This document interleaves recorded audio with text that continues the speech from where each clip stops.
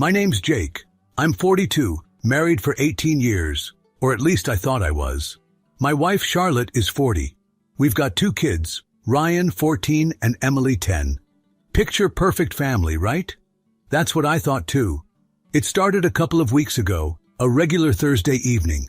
Charlotte came home from work, looking frazzled. She wasn't much for drama, so seeing her like that put me on edge. She didn't say much, just mumbled something about needing to grab a few things. Next thing I know, she's stuffing clothes into an overnight bag. "What's going on, Charlotte?" I asked, trying to keep my voice steady. She didn't answer, didn't even look at me, just zipped the bag and walked out the door. Ryan was in his room with his headphones on, oblivious, and Emily was at my mom's place for a sleepover. That left me alone in the silence, wondering what the hell had just happened. I tried calling her, texting her. Nothing, not a single response. The next day, I called her parents. Her mom finally picked up and said, "Charlotte's with us. She just needs some space. Please, Jake, give her time. Be patient and understanding." Patience wasn't exactly my strong suit. "What kind of space exactly?" I pressed, but her mom deflected like a pro. "Just give her time." Time for what? She wouldn't say. By Saturday, the kids were asking questions.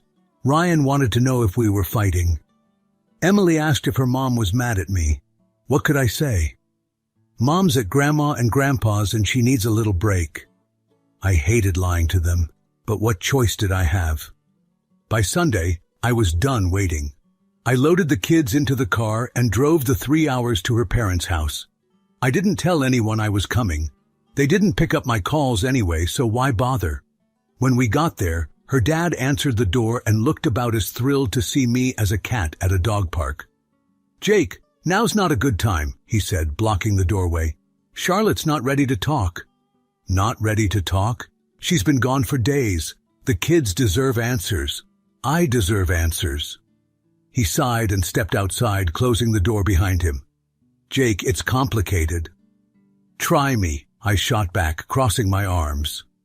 He hesitated, glanced over his shoulder, and then said, "She's been under a lot of stress." "Stress doesn't make you pack a bag and ghost your family," I snapped. "What aren't you telling me?" "Jake," he started, but then his wife called him back inside. "We'll call you soon," he promised before shutting the door in my face. The kids sat quietly in the car as I drove home. Emily eventually fell asleep, but Ryan kept looking at me like he wanted to say something. When I finally asked, he said, "Did Mom leave us?" That question hit me like a gut punch. "No," I lied. "She'll be back." But in my head, all I could think was, what if she's not? A week passed, and Charlotte was still gone. No calls, no texts, not even a smoke signal. Her parents were playing gatekeepers, giving me the same vague, be patient nonsense every time I called. The kids were starting to act out. Emily cried herself to sleep 2 nights in a row, and Ryan barely spoke a word to me. It was like we were all holding our breath, waiting for a bomb to go off. That bomb finally dropped on Tuesday morning. I was at work, staring blankly at my computer, when my phone buzzed. It was Charlotte's sister, Claire. She and I weren't exactly close. She's the kind of person who always seems to be in the middle of someone else's drama. But something told me to answer. "Jake," she said, her voice low. "I think you should know there's been an accident." My stomach twisted. What kind of accident? It's the man she was seeing. He's dead." I froze. "What did you just say?" She sighed like she didn't want to spell it out. "Charlotte was having an affair, Jake. For years, apparently. The guy she was seeing died in a car accident last week. That's why she's been at Mom and Dad's. She's a wreck." It felt like the floor dropped out from under me. An affair? Years? I'd been so blind, so stupid. All the little signs I'd ignored came rushing back.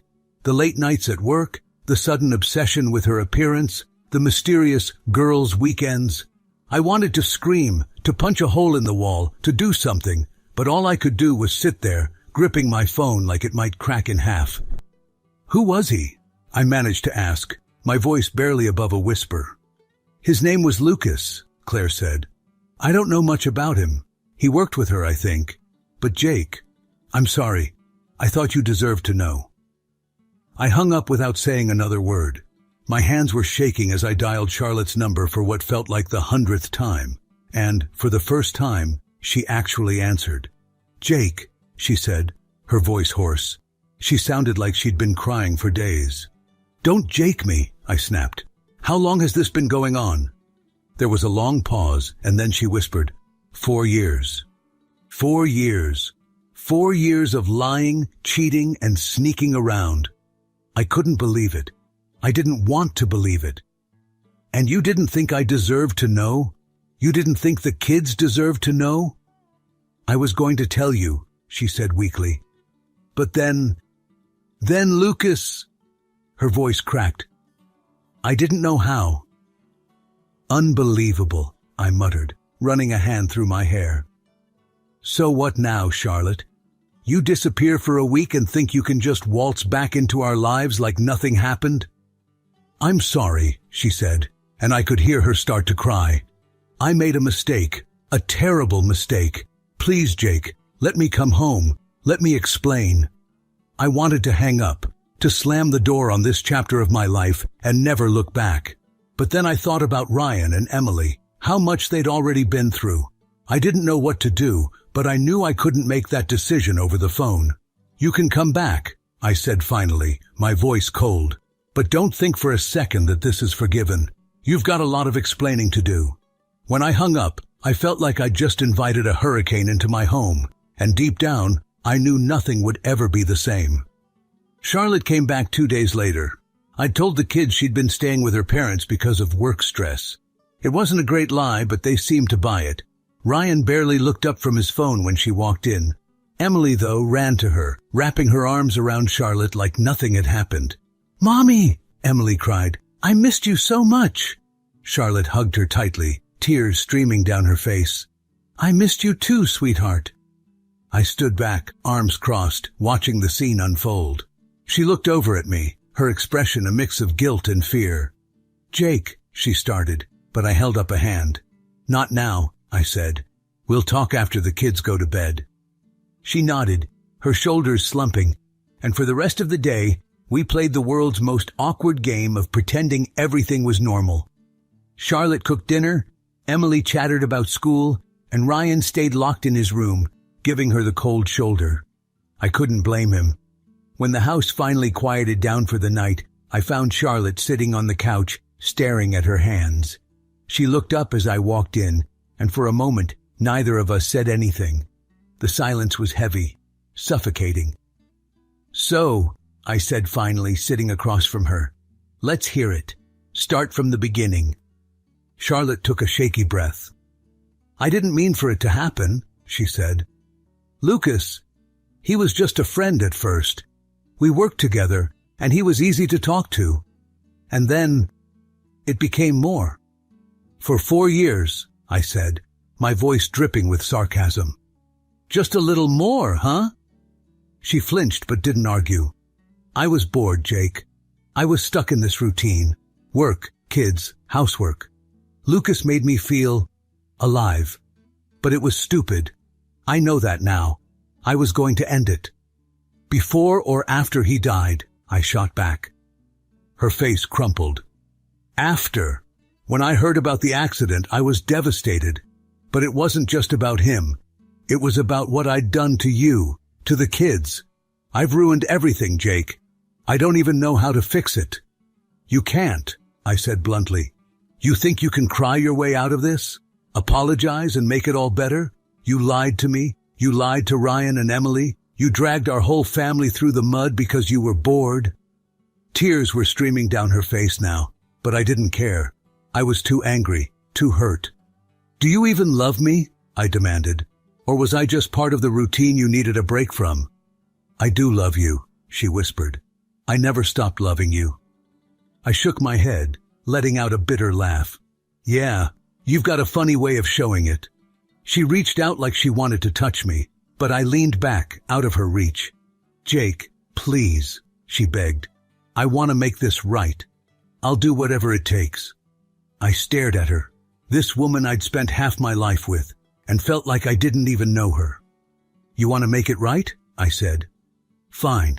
You're staying here for the kids' sake, but don't think for a second that we're okay. You're going to explain this to Ryan and Emily, and then we'll see where things go. She nodded, wiping her eyes. Okay, I understand. But as I walked out of the room, leaving her sitting there in tears, I couldn't help but think, there's no coming back from this. Before you find out what happens next, please subscribe to the channel.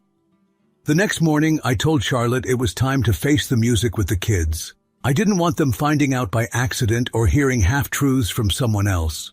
She had to own up to her choices, even if it shattered whatever pedestal they had her on. We sat the kids down in the living room after breakfast. Ryan leaned back in his chair, arms crossed, his expression screaming, "This better be good." Emily, on the other hand, sat cross-legged on the couch, clutching her stuffed bunny like it was a lifeline. Charlotte cleared her throat, looking anywhere but at them. "There's something I need to tell you both," she began, her voice trembling. "And it's not easy, but you deserve to know the truth." Ryan raised an eyebrow. "Okay, what truth?" Charlotte shot me a glance and I gave her a small nod, urging her to continue. "I made a mistake," she said. "A big one. I've hurt your dad and our family." Emily frowned. "What do you mean, Mommy?"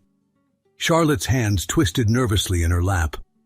"I was spending time with someone who wasn't your dad. It wasn't right, and I shouldn't have done it." Ryan's eyes narrowed, and his voice was sharp when he asked, "You mean you cheated, right? Let's just call it what it is." Charlotte flinched like he'd slapped her, but she nodded. "Yes," she whispered. "I cheated." The room went silent. Emily's face crumpled, tears welling up in her eyes. "Why?" she asked, her voice cracking. "Why would you do that?" Charlotte reached out for her, but Emily pulled away, burying her face in her bunny. "I don't know," Charlotte admitted. "I was selfish. I wasn't thinking about what it would do to you or your dad, and I'm so sorry." Ryan stood up abruptly, his chair scraping against the floor.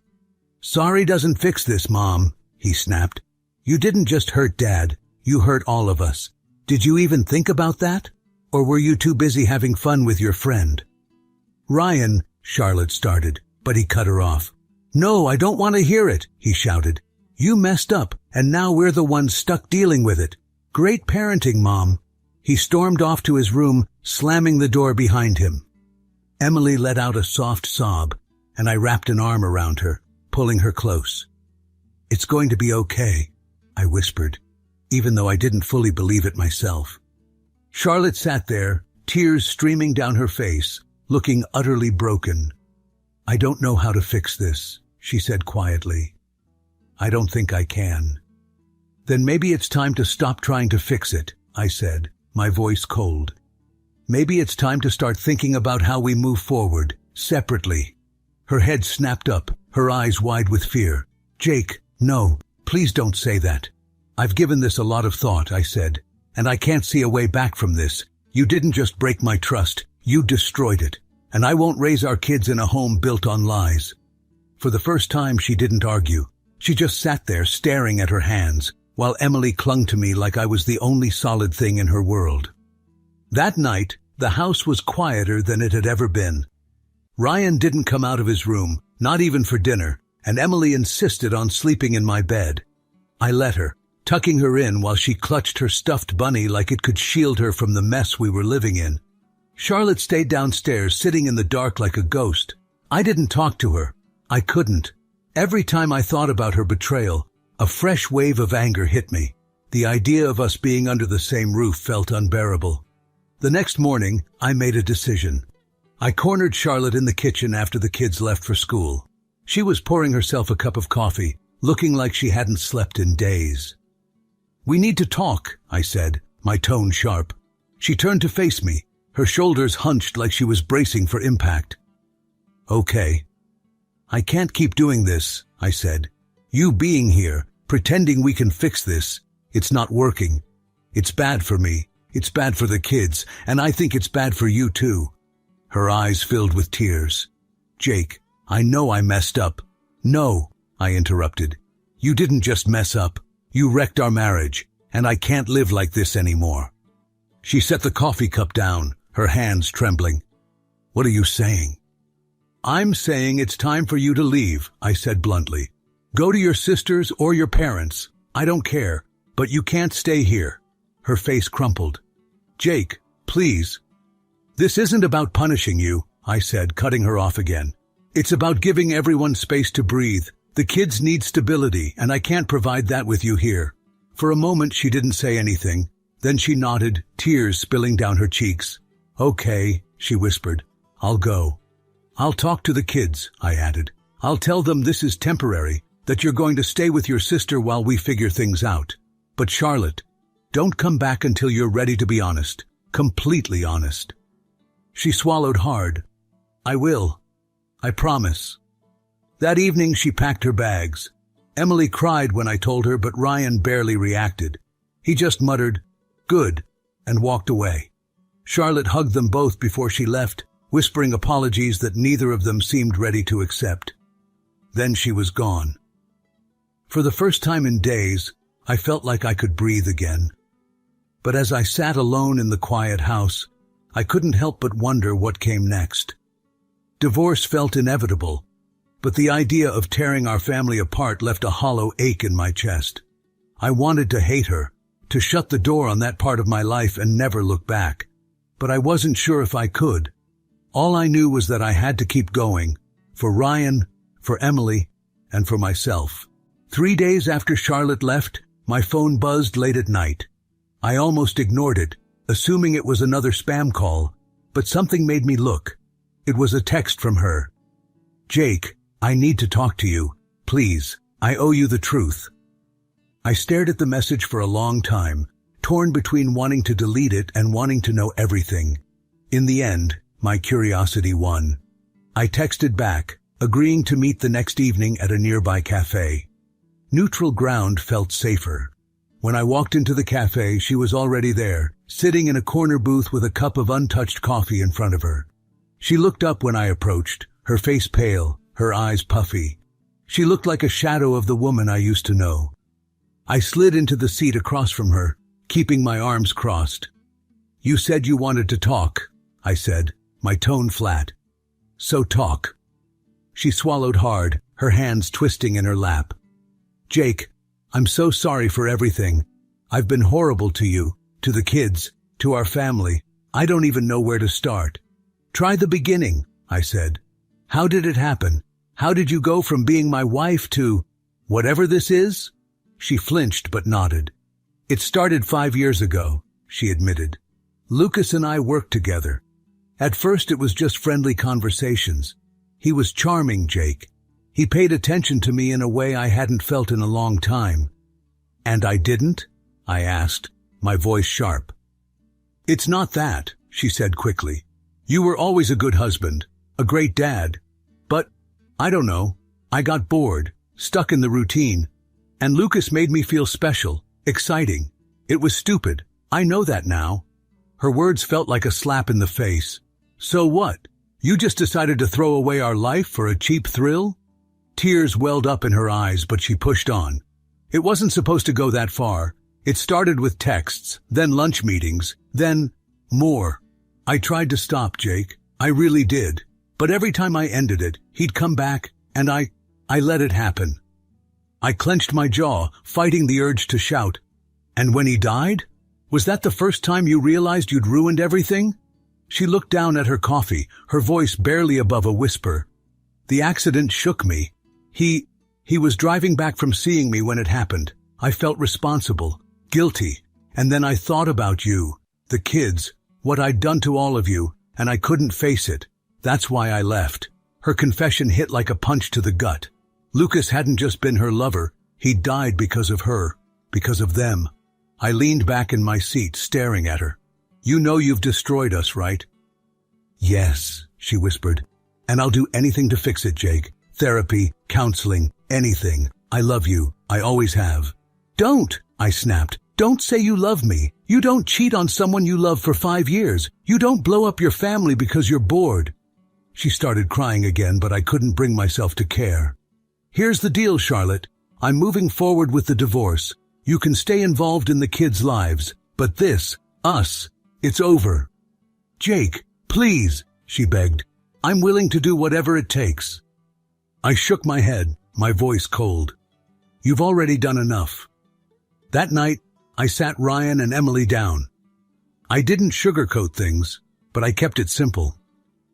Your mom and I are getting a divorce, I told them. But that doesn't change how much we both love you. We're still a family, just a different kind.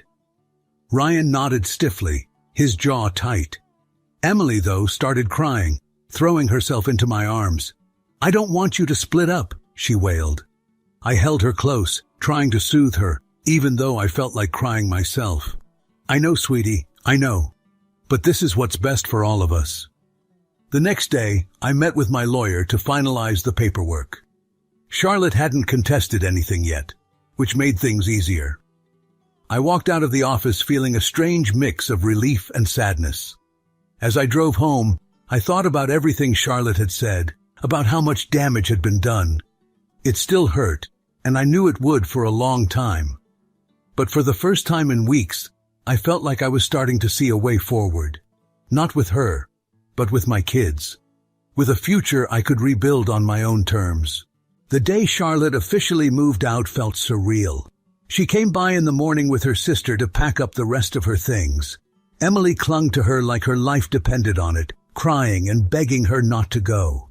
I'll see you all the time, sweetheart, Charlotte said, kneeling to hug Emily. This isn't goodbye, I promise. Emily sniffled, clutching her stuffed bunny. But why can't you stay here? Charlotte shot me a helpless glance, and I stepped in. Your mom and I have talked about this a lot. She's going to stay at Aunt Claire's for a while so we can all have a little space, but she'll still see you, just like she always has. It was the truth. Well, part of it. I wasn't going to tell Emily her mom moving out wasn't just about space. Ryan stayed upstairs the whole time, refusing to come down. When Charlotte called his name, he yelled back, "Don't bother." Charlotte winced but didn't push it. She hugged Emily one last time and nodded at me. I'll call to set up a time to see them, she said softly before walking out the door. When the door clicked shut, the silence was deafening. Emily sobbed into my chest, and Ryan finally came down, standing in the hallway with his arms crossed. She's really gone, huh? He said flatly. Yeah, I said, meeting his eyes. She's gone. Later that evening, Ryan and I sat out on the back patio while Emily slept. I had the grill fired up, working on burgers, when he finally spoke. I still don't get why she did it, he said, staring at the flickering flames. Why she ruined everything. I set the spatula down and leaned on the counter, choosing my words carefully. I don't think I'll ever fully understand it either, I admitted. But sometimes people make bad choices, and those choices hurt the people they love. He scoffed. Yeah, well, she didn't think about us when she was doing it. No, she didn't, I said. And that's not okay. But we can't control what she did. All we can do is figure out how to move forward. Ryan glanced at me, his face softening just a little. You're handling this way better than I would. I let out a short laugh. Trust me, bud, I'm faking it most of the time. But you and your sister, you're what keeps me going. For the first time in weeks, Ryan smiled. Thanks, Dad. In the following days, I focused on rebuilding a sense of normalcy. I took the kids to the park, we had movie nights on the couch, and I even convinced Ryan to teach Emily how to play catch. Watching them laugh and tease each other, I felt a small flicker of hope. We weren't whole, but we were still a family. One Saturday, I decided to take the kids to a local farmer's market. Emily loved the flowers and homemade soaps, while Ryan acted like he was too cool for everything, though I caught him sneaking bites of free samples. As we wandered past a stand selling fresh pies, someone called out, "Hey, you've got a good eye for apples." I turned to see a woman about my age, wearing a denim jacket and a friendly smile. She gestured to the pie in my hand. That one's my favorite. They're caramel apples the best. Oh yeah? I said, trying not to sound awkward. I'll take your word for it. She chuckled. Trust me, you won't regret it. I'm Aaron, by the way. Jake, I replied. And these are my kids, Ryan and Emily. Aaron waved at them, and Emily waved back enthusiastically. Ryan, of course, just nodded. We chatted for a few minutes about pies, kids, and the chaotic joy of farmers' markets. It wasn't anything groundbreaking, but it was nice, easy. For the first time in weeks, I felt like I wasn't carrying the weight of the world on my shoulders. As we walked away, Emily tugged on my arm. She was nice, Dad. Yeah, I said, smiling down at her. She was. That night, after the kids were in bed, I sat on the couch with a beer in hand, staring out the window. Life wasn't perfect, far from it. But for the first time, I felt like maybe, just maybe, things were going to be okay. If you enjoyed the story, please subscribe to the channel. I wish you a great mood and good luck.